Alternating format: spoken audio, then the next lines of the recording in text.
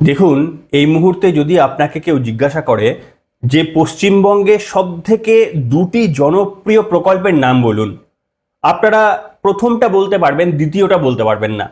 প্রথমটা আপনারা হয়তো বলবেন, ম্যাক্সিমাম লোকেই হয়তো সহমত পোষণ করবেন যে অন্নপূর্ণা ভাণ্ডার, লক্ষ্মীদের মাসে মাসে ৩,০০০ টাকা দেওয়া। দ্বিতীয়টা বলতে পারবেন? দ্বিতীয়টা হচ্ছে দাদার সুরক্ষা কবচ। দেখুন, মমতা বন্দ্যোপাধ্যায় ১৫ বছরে যে সমস্ত প্রকল্পগুলো করেছিলেন তার ৯০ ভাগ প্রকল্পই সফল হয়েছিল, সে যেভাবেই হোক।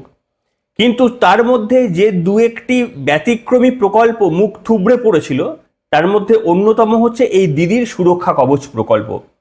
কিন্তু দিদির জামানায় দিদির সুরক্ষা কবচ প্রকল্প ব্যর্থ হলেও দাদার জামানায় দাদার সুরক্ষা কবচ কিন্তু এই মুহূর্তে সুপার ডুপার হিট।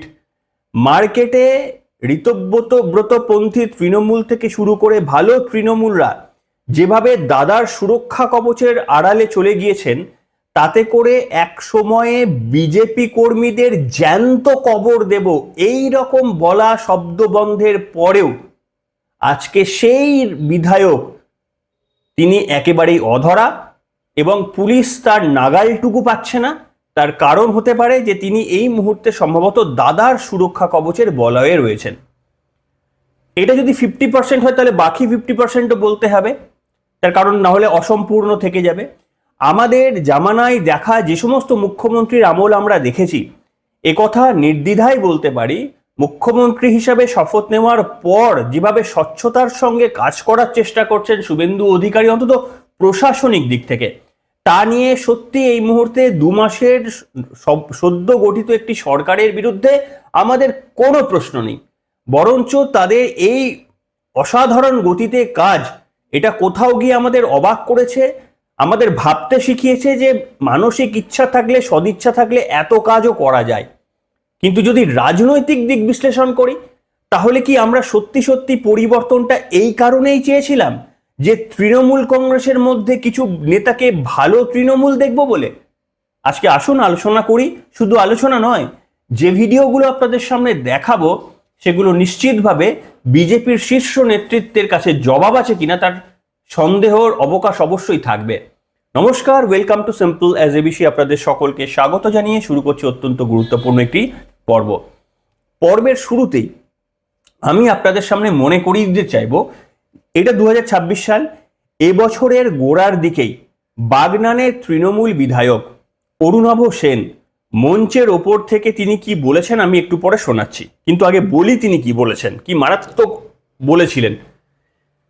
তিনি বলেছিলেন যে দিদি বলছে বদলা নয় বদল চাই। তবে দিদি, আপনার কথা 2021-এ শুনেছিলাম, 2026-এ আমাদের শুনতে বলবেন না। 2 মাস আপনার কথা আমরা শুনবো না।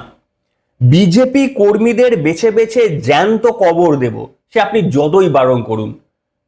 এবং এছাড়াও তিনি যে সমস্ত মন্তব্যগুলো করেছিলেন সেগুলো গা শিউরে ওঠার মতো শুধু নয়, তার বিরুদ্ধে ব্যবস্থা নেওয়ার মতো, মানে একেবারেই মারাত্মক ব্যবস্থা নেওয়ার মতো মন্তব্য তিনি করেছিলেন।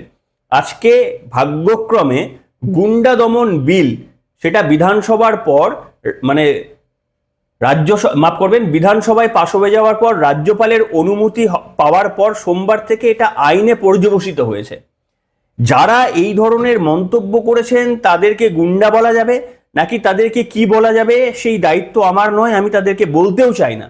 কিন্তু এটা তো বলতে পারি যে সমাজে যারা বিজেপি কর্মীদের জ্যান্ত কবর দেব বলেছিল 2021-এ, আমরা তবু ছেড়ে দিয়েছি, 2026-এ জিতলে জ্যান্ত কবর দেবো যারা বলেছিলেন, ভাগ্যক্রমে তারা যদি যেতেন, তারা জেতেননি, এটা আমাদের সৌভাগ্য। তারা জিতে গেলে কি পরিস্থিতি হতো একবার কল্পনা করে দেখুন।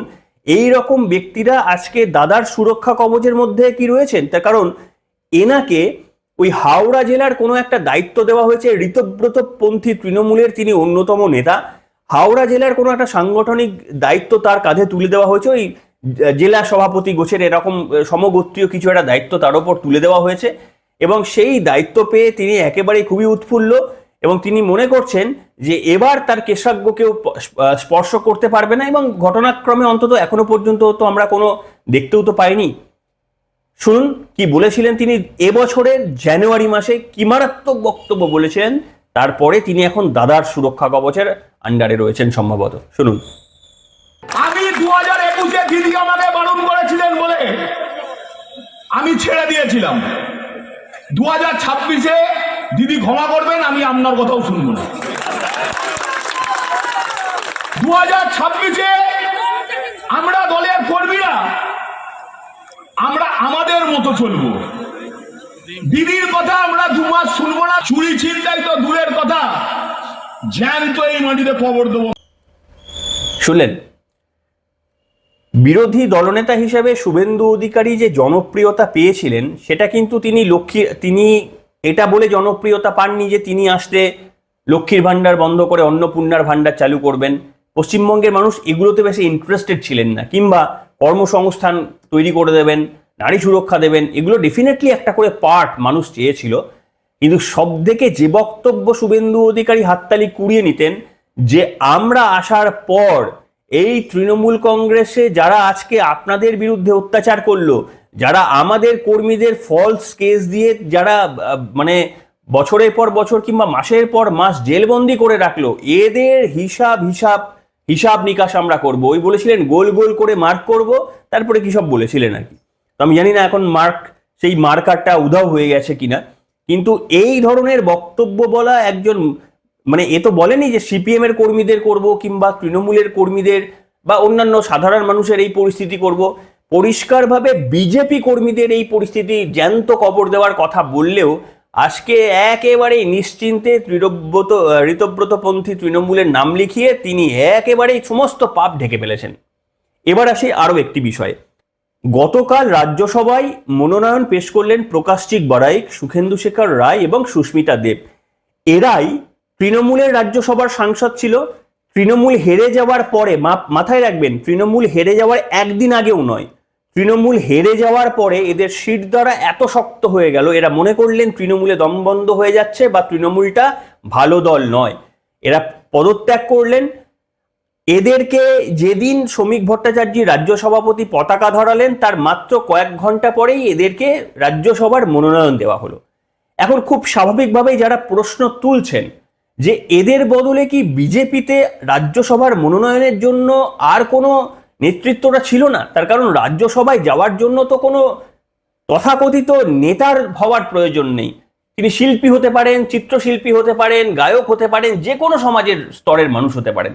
তো বিজেপির আর কোনো মানুষকে না পেয়ে এই তিনজনকেই কেন বেছে নিলেন? বিশেষ করে একজন তো প্রকাশচিক বড়াইক, উত্তরবঙ্গের তিনি নেতা ছিলেন, বিধায়ক ছিলেন, যার সম্পর্কে প্রকাশ্যে মুখ খুলেছিলেন এই মুহূর্তে, মানে প্রাক্তন বিজেপির রাজ্য সভাপতি, এই মুহূর্তে বর্তমান কেন্দ্রীয় প্রতিমন্ত্রী, শিক্ষা প্রতিমন্ত্রী, তিনি হচ্ছেন সুকান্ত মজুমদার। সুকান্ত মজুমদার এনার বিরুদ্ধে মারাত্মক এবং বিস্ফোরক অভিযোগ করে বলেছিলেন ইনি রাতের অন্ধকারে নাকি দিনের ফুটফুটে আলোয়, শুনে দেখুন, গরু পাচার করেন। বলেছিলেন যা করছে করো, আমরা ক্ষমতায় এলে ইঞ্চিতে ইঞ্চিতে হিসাব হবে। সুকান্ত মজুমদারের সেই বক্তব্যটা শোনাবো আপনাদের সামনে। তাহলে কোন শর্তে যাদেরকে একদিন অভিষেক বন্দ্যোপাধ্যায়ের অত্যন্ত ঘনিষ্ঠ বলে মনে করতেন বিজেপির শীর্ষ নেতৃত্বরা, তাদের গলাতেই মালা পরিয়ে দিচ্ছেন বিজেপির রাজ্য সভাপতি, এটা জানার পরেও যে বিজেপির মধ্যে তীব্র ক্ষোভ বিক্ষোভ হবে, তারপরেও সেটাকে কেন ইগনোর করা হলো? এ বড় গোলকধাঁধা। আমি দেখাবো কি বলেছিলেন সুকান্ত মজুমদার। তুমি যেটা করছো সেটা করো, তুমি সন্ধ্যেবেলায় গরু পাচার করো, কোনো অসুবিধা নেই বাবা প্রকাশ, তুমি সন্ধ্যেবেলা ওটা চালিয়ে যাও। তুমি বালি পাচার করো, তুমি চালিয়ে যাও। আর আপনারা কি করবেন? আপনার ডায়েরিতে হিসাব করুন, বেটা কত কামাচ্ছে। যত কামাবে তার 10 গুণ পেটে পাড়া দিয়ে বের করে জনগণের মধ্যে আমরা ডিস্ট্রিবিউট করে দেব, জনগণকে দেব। সেই জন্য এদের রাখা যাবে না। এই প্রকাশচিক বড়াইক হোক, এর কাজই হচ্ছে ভাইপোর হয়ে গরু পাচার করা আর ভাইপোকে টাকা সাপ্লাই করা। ভাইপোর কাছে টাকা পাঠানো ছাড়া এর কোনো কাজ নেই। আর যতদিন টাকা পাঠাতে পারবে ততদিন রাজ্যসভা থাকবে, জেলা সভাপতির পদ থাকবে। শুনলেন? দেখুন, মানে তৃণমূল কংগ্রেসের এই নোংরা রাজনীতিতে কেন বিজেপি তার দায়ভারটা নিতে যাচ্ছে, এই প্রশ্নের আমার উত্তর নেই। তার কারণ যে মারাত্মক ম্যান্ডেট নিয়ে তারা এবারে ক্ষমতায় এসেছে, এবং মাথায় রাখতে হবে কোনো মুসলমান ভোট না পেয়েও যে এই রকম 208টি আসনে জেতা যায়, কোনো মানে মণ্ডল স্তরে সাংগঠনিক ক্ষমতা না থাকা সত্ত্বেও বিজেপি যে এই দুর্দান্ত ফল করতে পারেন, এতটা আশা বিজেপির শীর্ষ নেতৃত্বেরাও করতে পারেনি। অর্থাৎ মানুষের এই তীব্র জনসমর্থন পাওয়ার পরেও যেখানে মমতা বন্দ্যোপাধ্যায়রা কার্যত ঘরে ঢুকে গেছেন, সেখানে কি তাদের দল ভাঙিয়ে বিজেপির রাজ্যসভার মনোনীত করে পুরস্কার করাটা কি পশ্চিমবঙ্গের মানুষদের কি খুব দরকার ছিল? পশ্চিমবঙ্গের মানুষ কি এই দিনটা দেখার জন্যই কি বিজেপির জন্য পরিবর্তনটা চেয়েছিলেন? আপনারা বলবেন যে রাজ্যসভায় নাম্বার বাড়াতে হবে, সিট বাড়াতে হবে, তা না হলে বিল পাস করা যাবে না। দেখুন, রাজ্যসভায় এই উপনির্বাচনে যদি আমাকেও দাঁড় করাতো, একটা পাতাকেও দাঁড় করাতো, বিধানসভায় এই মুহূর্তে যা ক্ষমতা রয়েছে পশ্চিমবঙ্গে বিজেপির এবং বিরোধীদের যে আসন রয়েছে, সেখানে কোনোভাবেই কোনো বিরোধীর আপত্তি, কোনো বিরোধীর ভোটের মানে সমস্ত বিরোধী ভোট কনসলিডেট হলেও বিজেপি যাকে মনোনীত করতেন তিনিই রাজ্যসভায় যেতে পারতেন। একটা বাঁশকে বলে দিলে বাঁশও চলে যেতেন। তাহলে এই রকম যখন একটা মানে অনুকূল পরিবেশ, সেই অনুকূল পরিবেশের মধ্যেও কেন বিজেপির নির্বাচিত, যার মধ্যে তৃণমূলের নোংরা পাকের গন্ধ গায়ের লেগে নেই, তাদের মধ্যে কেন কাউকে নির্বাচিত করে রাজ্যসভায় পাঠিয়ে পশ্চিমবঙ্গের মানুষের সম্মান, মান এবং তাদের ভরসা রক্ষা করা হলো না? কেন তৃণমূলের পাকের গন্ধ আবারও পদ্মের সুন্দর একটা মানে মানে পদ্মের মধ্যে লাগিয়ে দেওয়া হলো? পশ্চিমবঙ্গের মানুষ এই পাঁক থেকে বেরিয়ে আসার জন্যই পদ্মকে নিয়ে এসেছিল। কিন্তু এটা আমাদের অত্যন্ত দুর্ভাগ্যজনক যে আজকে পশ্চিমবঙ্গের মানুষের কথাকে কম মান্যতা দিয়ে দাদার সুরক্ষা কবচে একের পর এক লোক ঢুকে পড়া। শুধু তাই নয়, আপনাদের আরো একটা ইনস্ট্যান্স বা একাধিক ইনস্ট্যান্স আমি দিতে পারি। দেখুন, জাভেদ খান এবং তার সন্তান নাকি কত সম্পত্তি করেছেন, মানে মুখ্যমন্ত্রী হওয়ার পর বা জেতার পর শুভেন্দু অধিকারী প্রকাশ্যে এই নিয়ে মন্তব্য করেছিলেন। ফুটেজটা এই মুহূর্তে আমার কাছে আমি দেখাতে পারছি না, কিন্তু আপনারা খুঁজলে পাবেন যে জাভেদ খান বা তার পরিবারের লোকজন কত সম্পত্তি করেছিলেন। ওই অভিষেক বন্দ্যোপাধ্যায়ের সম্পত্তির তুলনার সঙ্গে সঙ্গে কিংবা ওই শাহজাহান বা জাহাঙ্গীরের তুলনার সঙ্গে সঙ্গে এর সম্পত্তির কথাও বলেছিলেন এবং এদের বিরুদ্ধে পৌরসভা ব্যবস্থা নেবে বা এদের বিরুদ্ধে যথাযথ ব্যবস্থা নেওয়া হবে। সেই জাভেদ খান এই মুহূর্তে অসাধারণভাবে দাদার সুরক্ষা কবচের বলয়ে থাকা ঋতব্রতপন্থী তৃণমূলের মধ্যে নাম লিখিয়ে একেবারেই তার বিরুদ্ধে, আর অভিযোগ তো ছেড়ে দিন, আমাদের অবাক লাগে প্রতিবাদী মুখ, যে শুভেন্দু অধিকারীর মুখ দেখলেই আমাদের মানে একেবারে মনে হতো মানে একেবারে মানে সত্যি যে জাস্টিস পাবো আমরা, সেখানে কেন আজকে তিনি এই বিষয়টিকেও মেনে নিলেন অন্তত সাময়িকভাবে? এছাড়াও আমি আপনাদের সামনে ভুরি ভুরি উদাহরণ দিতে পারি। কিছুদিন আগে ঘটে যাওয়া এই যে আপনাদের মানে একটা ভুল কনস্ট্রাকশনের জন্য চাপা পড়ে একটা মানে মৃত্যুর কতজন দুর্ভাগ্যজনকভাবে প্রাণ হারিয়েছেন, সংখ্যাটা এই মুহূর্তে আমার মনে নেই, 6জন বা 8জন হবে। সেখানে একেবারেই বিধানসভার মধ্যে থেকে রাজ্যের মুখ্যমন্ত্রী পরিষ্কারভাবে একটি কাগজ দেখিয়ে বললেন যে এইটা হচ্ছে তদানীন্তন মেয়র যিনি ছিলেন তিনি এখানে এই অবৈধ কাঠামো, ওই অবৈধ শব্দটা বলেছিলেন, অবৈধ কাঠামো নির্মাণের জন্য তিনি এটা হস্তাক্ষর করেছিলেন। তো বিধানসভার মধ্যে দাঁড়িয়ে অবৈধ কাঠামোর হস্তাক্ষরের কথা বলা হলেও পরবর্তীকালে দাদার সুরক্ষা কবচের মধ্যে আবারও সেই ফিরহাদ হাকিমের নাম লেখানোর ফলে কি অলৌকিকভাবে তিনিও সুরক্ষা কবচের মধ্যে চলে এলেন। কাজেই যে বক্তব্য দিয়ে শুরু করেছিলাম যে এই মুহূর্তে জনপ্রিয় বিজেপির দুটি প্রকল্প, একটি যদি হয় অন্নপূর্ণা ভাণ্ডার, তা নিয়ে প্রচুর অভাব অভিযোগ রয়েছে, কিন্তু দ্বিতীয়টি নিয়ে কোনো কারুর অভাব অভিযোগ নেই। হ্যাঁ, ওই নির্মল মানে ঘোষ টোষদের কিছু অভাব অভিযোগ রয়ে গেছে। নির্মল ঘোষ চলে গিয়েছিলেন, গতকাল শুনছিলাম সজল বাবুর কাছ থেকে যে কোন কিসে না তিনি দুর্নীতি করেছেন এমন কোনো নাকি খুঁজলে পাওয়া যাবে না, যে এমন কোনো জায়গা নেই তিনি দুর্নীতি করেননি।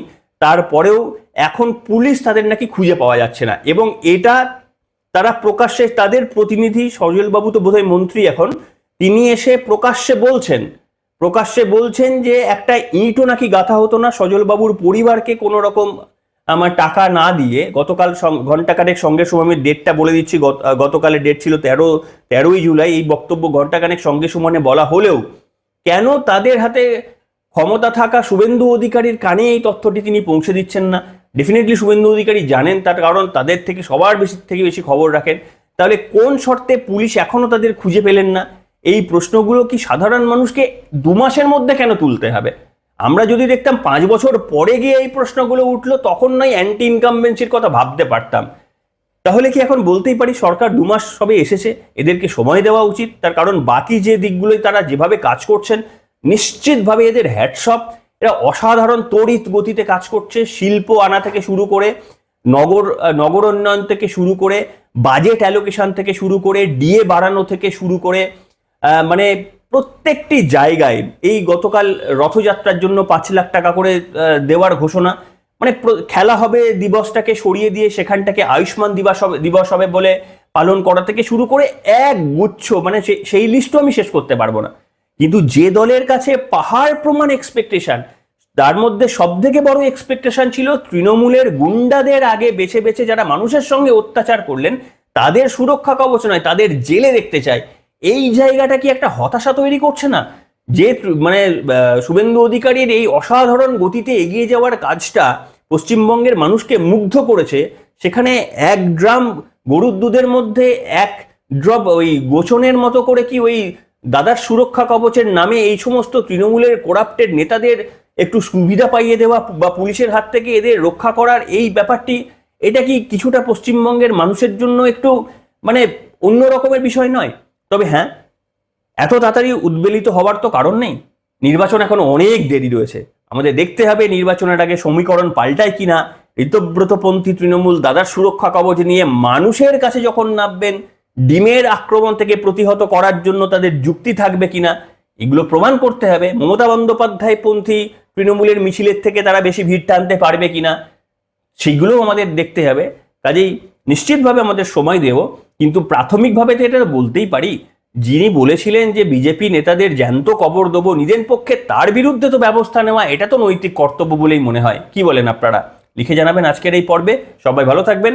আমরা নিশ্চিতভাবে আশা করব যে মানে 80% ভালো কাজ করা বা 90% ভালো কাজ করা একটি সরকারের 10% বাজে দিকগুলো রয়েছে, কনস্ট্রাকটিভ আলোচনার মাধ্যমে সেগুলো হাইলাইট করে তারা যদি রেকটিফাই করে নেন, তাহলে সর্বাঙ্গীন সুন্দর একটি সরকার আমরা পেতেই পারি।